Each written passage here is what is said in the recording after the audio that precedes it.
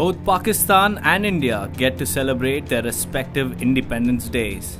But Balochistan can only sigh and wonder if Balochis would ever get to taste the same freedom.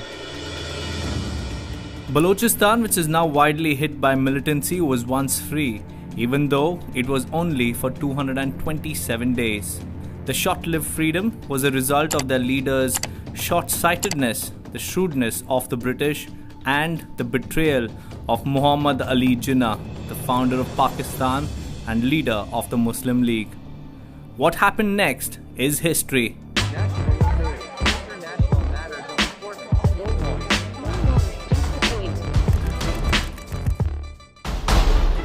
As the sun began to set on the British Empire in India, one key question was related to the status of the princely state of Kalat, as most of Balochistan was then called.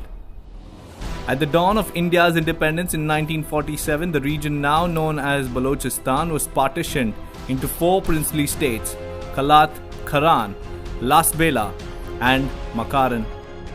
These states were presented with 3 options: merge with India, join Pakistan, or maintain independence.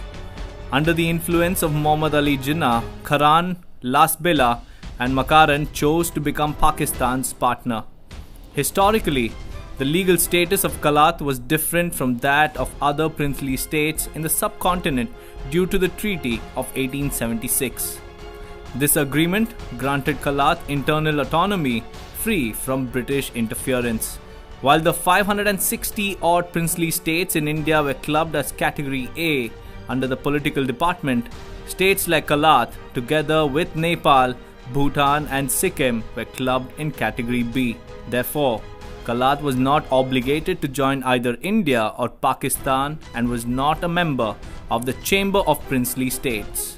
Therefore, when it was decided to partition India, Mir Ahmad Khan, the Khan of Kalat, made it clear that he wanted independence.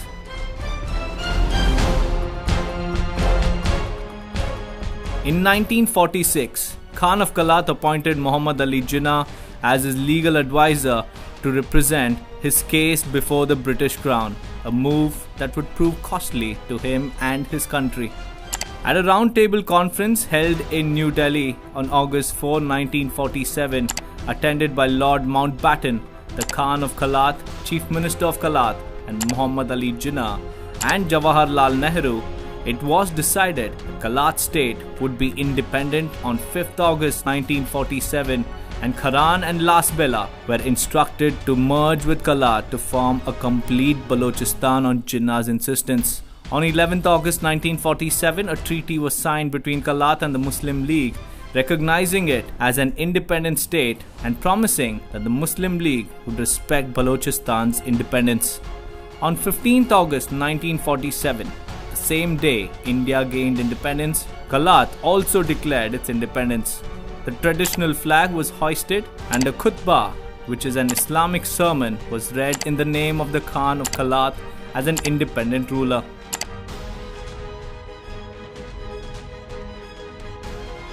The Khan of Kalat expected the territories acquired by Britain through treaties in the late 19th century to be returned after 1947. Despite meetings with Mountbatten and recognition of Kalat's status as an independent sovereign state, the British issued a memorandum just a month later, on 12th September, stating that the Khan of Kalat was not in a position to undertake the international responsibilities of an independent state.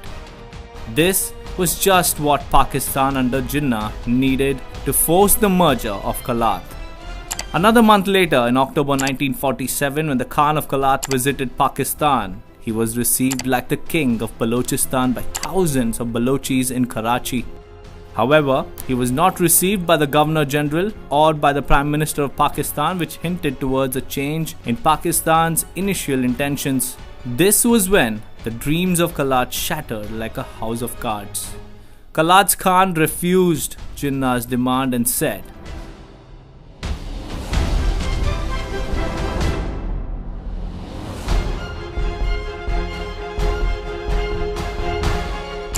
Following Jinnah's proposal on Kalat's merger, the Khan summoned the legislature meeting in which both houses of its parliament unanimously opposed the merger proposal. But the pressure was building up. Khan instructed his commander-in-chief to reorganize the forces and arrange arms and ammunition. In December 1947, Commander-in-Chief approached London for the supply of arms, but the British refused his demand, saying Kalat wouldn't get any military support without Pakistan government's approval. When Jinnah saw that Khan was only buying time, he announced the separation of Karan, Last Bela and Mekran regions on March 18, 1948. Kalat's Khan was left helpless. He desperately requested Indian authorities and the Afghan king for help, but with no success. On 27 March 1948, All India Radio quoted V.P. Menon, Secretary of the Department of State, as saying that the Khan of Kalat had approached India for accession, but New Delhi was not in a position to do anything. The statement was later contradicted by the then Home Minister Sardar Patel and then by Prime Minister Jawaharlal Nehru. Pakistan Army moved into the Baloch coastal region of Pasni, Jiwani and Turbat. Khan had no option but to agree to Jinnah's terms. After a brief period of independence, 227 days to be precise, Kalat became a part of Pakistan. Khan defined the signing of the merger document as a dictate of history. The forceful integration of Kalat into Pakistan sowed the seeds of discontent and resistance among the Baloch people.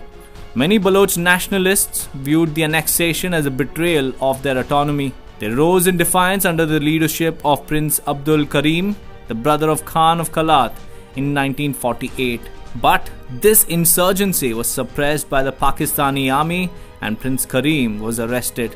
This uprising was again seen in 1958, 1962 and the early 1970s, but the Pakistan state managed to suppress the resistance. In 2005, Baloch movement again gained steam after Nawab Akbar Khan Bugti, Pakistan's former defense minister and Balochistan's former governor, took up arms against Pakistani state. He demanded 15 things from the government of Pakistan, which included more control over the natural resources of Balochistan, which eventually put him at odds with the powerful Pakistani army. The next year, Bugti was assassinated. General Pervez Musharraf, Pakistan's then military ruler, was suspected to be behind Bugti's assassination. A few days after Bugti's death, Musharraf himself nearly got killed in a rocket attack, orchestrated in retaliation for the assassination of the Baloch leader. Once a proud sovereign state, Balochistan is now the most neglected and poverty-ridden province of Pakistan. Despite being the largest province and rich in minerals, Balochistan accounts for nearly 4% of Pakistan's economy. When Pakistan was incapable of utilizing the potential of the region, it entrusted its iron brother, China, to mine the resources in Balochistan. But the coming of the Chinese has further fueled tensions in the region. There have been numerous attacks on Chinese people living and working in the port city of Gwadar by Baloch militants. The latest incident took place on August 13th. The port city of Gwadar is being linked to China's Xinjiang province as part of China-Pakistan Economic Corridor or CPEC. Balochis fear the wave of Chinese investment will bring about demographic changes in their region, turning them into a minority group in their own province. But Pakistan knows the game of optics well. Recently, Anwarul Haq Kakar, a leader from Balochistan, was sworn in as Pakistan's caretaker Prime Minister. The idea was to project him as a representative of the Balochistan region. However, Kakar is no Bugti. He is a Pashtun, not even a Baloch. On top of that, he is considered close to Pakistan's powerful military leadership. Even after 75 years of its merger with Pakistan, Balochistan continues to be neglected. Political instability and militancy only continue to add to the region's misery.